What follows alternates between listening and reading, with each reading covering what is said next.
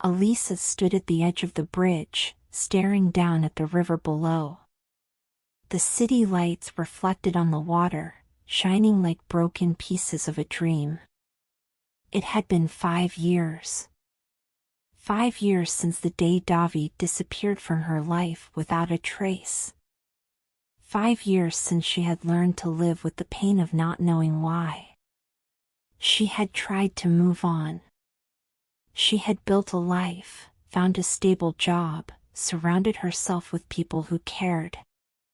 But there was always a part of her that remained empty, a space only Davi could fill. And now, just when she had convinced herself that she was finally healing, he was back. Earlier that evening, Elisa had seen him, standing at the cafe where they used to spend hours talking about their dreams. He looked different, older, with tired eyes and a face that carried the weight of untold stories. She had wanted to run, to pretend she hadn't seen him. But her heart had betrayed her feet, and before she knew it, she was standing right in front of him. Elisa. His voice was soft, hesitant. She had wanted to scream, to ask why he had left her without a single explanation. Instead, all she could whisper was, "Why?" Davi lowered his gaze. "Can we talk?" And now, here they were. On the bridge where they had once dreamed of a future together. The silence between them felt heavier than the night air. "You just left," Elisa finally said, her voice breaking. "No calls, no letters. Nothing. Do you have any idea what that did to me?" Davi took a deep breath, gripping the railing. "I never wanted to leave you." "Then why did you?" she demanded, tears welling up in her eyes. He hesitated, then finally looked at her. "Because I was dying." Elisa felt the ground shift beneath her. "What?" "The day I left, I had just received the diagnosis. A rare heart condition. The doctors said I wouldn't make it without a transplant. I didn't want you to go through that pain, to watch me fade away. So I made the hardest decision of my life, I left." Her breath caught in her throat.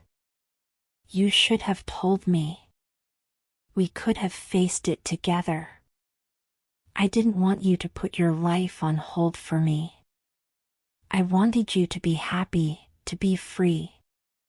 But I was wrong." His voice cracked. "I thought I was protecting you, but all I did was hurt you." Elisa wiped her tears, her heart aching. "What happened? How are you here now?" Davi exhaled deeply. "After a year on the transplant list, I got lucky. A donor was found.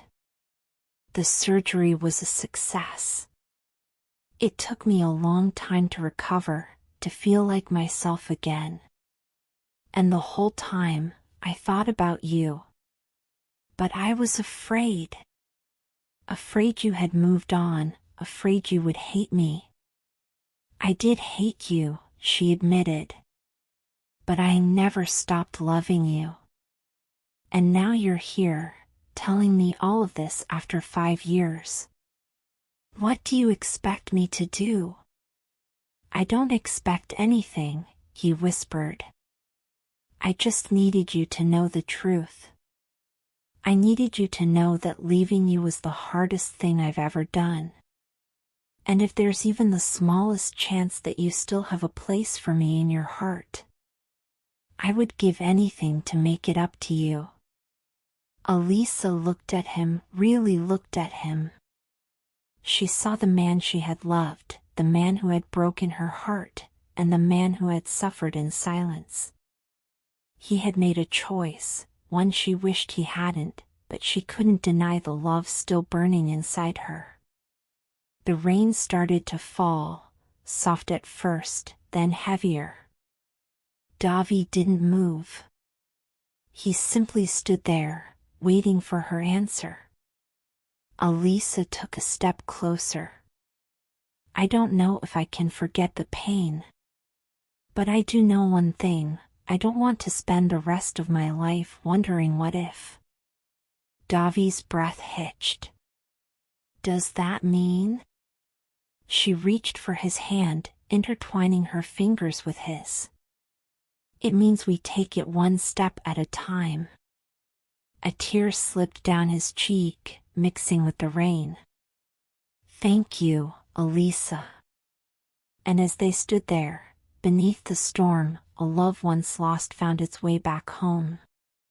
Because sometimes, even after the longest night, love finds a way to shine again.